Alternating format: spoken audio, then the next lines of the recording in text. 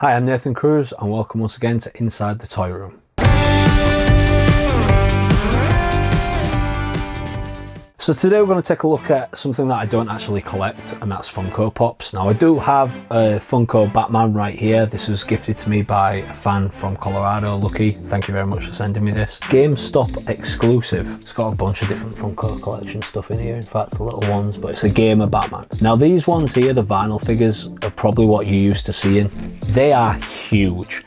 I mean, you can't go in a store anywhere, whether it be just a Walmart in America or Asda as it's known in the UK, and see these on shelves in the toy section. If you go to a Comic-Con, they're everywhere. I mean, there's so many of these to collect, but it's not something that I've actually dove into. It's a bit more modern for me. The idea of these, obviously, is to look back at the pop culture of yesterday, or even what's famous today. That's probably why these are going to be around for pretty much forever, as long as the company wants to keep going, because there's always going to be new pop culture things that people are interested in, that they can have something that, you know, captures that and they can hold. But where did these begin? Well, back in 1998, Mike Becker wanted basically something like a money box of a mascot called Big Boy. He couldn't find one anywhere, so he decided to just go into these himself, and he made some bobbleheads for this character, Big Boy. Now the Big Boy money bank actually failed miserably, but they wouldn't be the end of their story. So in 2005, he sold the company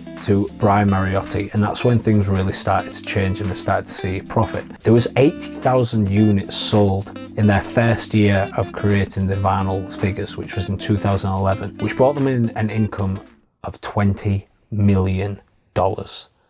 Yeah, so they knew they were onto something then, and then from that day forward they just keep rolling these out for everything. So whether it be Game of Thrones, they even have ones for sports figures, TV personalities, obviously comic book characters such as Batman, Marvel, Power Rangers, and they've got all the Megazords from Power Rangers. You name it, there's a pop figure for it, because it's part of pop culture, and it's probably going to be something that's going to be around for a very long time.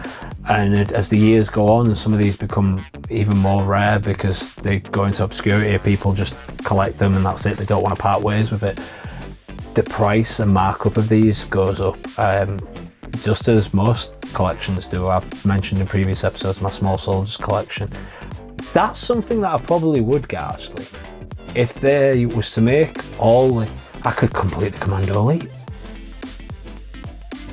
Funko, if you're listening, the Commando Elite, you would get my money. You would get my custom.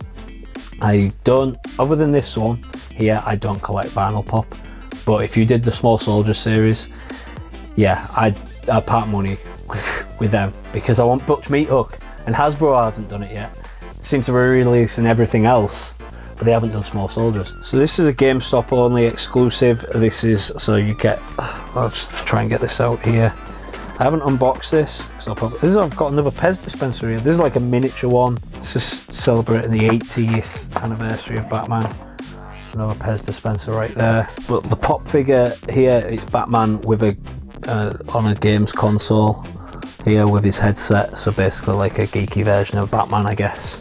And this is figure 293. So they number all of these. So it might be, I don't know if that's like 293 in the Batman series or whatever. I imagine it is, because I imagine there's a lot more than 293 before this was released.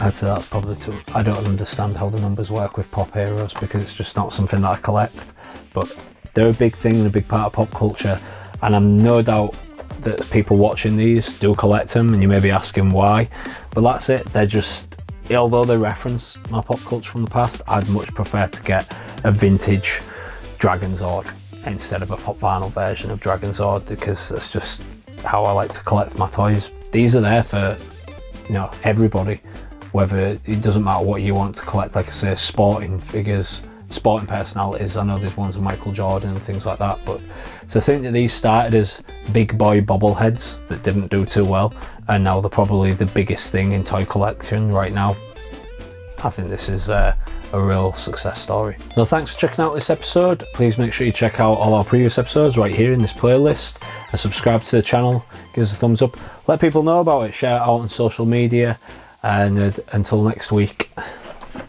thank you. Don't know how to pick that up.